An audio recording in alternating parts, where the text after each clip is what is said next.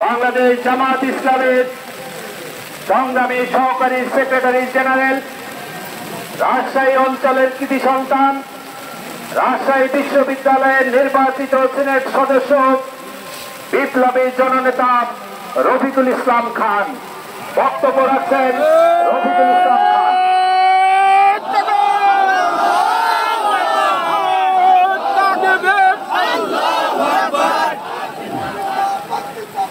আলহামদুলিল্লাহ রাব্বিল আলামিন, আসসালাতু ওয়াসসালামু আলা রাসূলিহিল কারীম ওয়া আলা আলিহি ওয়া সাহবিহি আজমাইন। আমাদের সকলের প্রিয় ভাই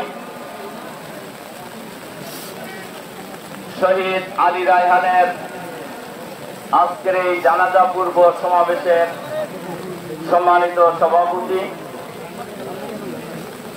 আজকের এই জানাজা পূর্ব সমাবেশের সম্মানিত প্রধান অতিথি, সম্মানিত আমিরে জামাত, সংগ্রামী জননেতা জনাব ডাক্তার শফিকুর রহমান, জামাত, শিবির সহ অন্যান্য দলের নেতৃবৃন্দ,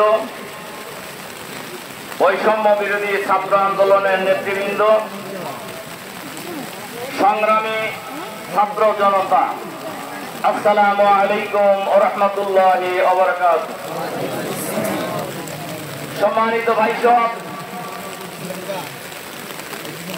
ঘোষক এমাজউদ্দিন মন্ডল বলছেন শহীদ আলী রায়হান বৈষম্য বিরোধী ছাত্র আন্দোলনের শেষ শহীদ।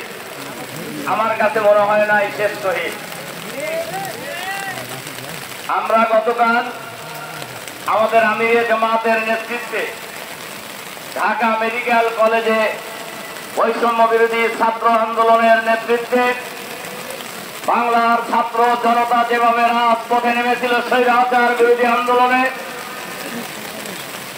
সেই আন্দোলনের শরিক যোদ্ধাদের অসংখ্য যোদ্ধা গুলিবিদ্ধ হয়ে ঢাকা মেডিকেল কলেজের হাসপাতালের বেড এবং ফ্লোরে মৃত্যুর সাথে লড়াই করছে।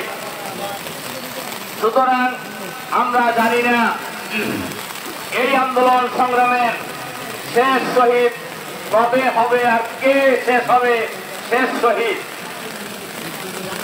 সম্মানিত সুধী মণ্ডলী, আমাদের প্রিয় ভাই শহীদ আলী রায়হান জীবন দিয়ে প্রমাণ করেছেন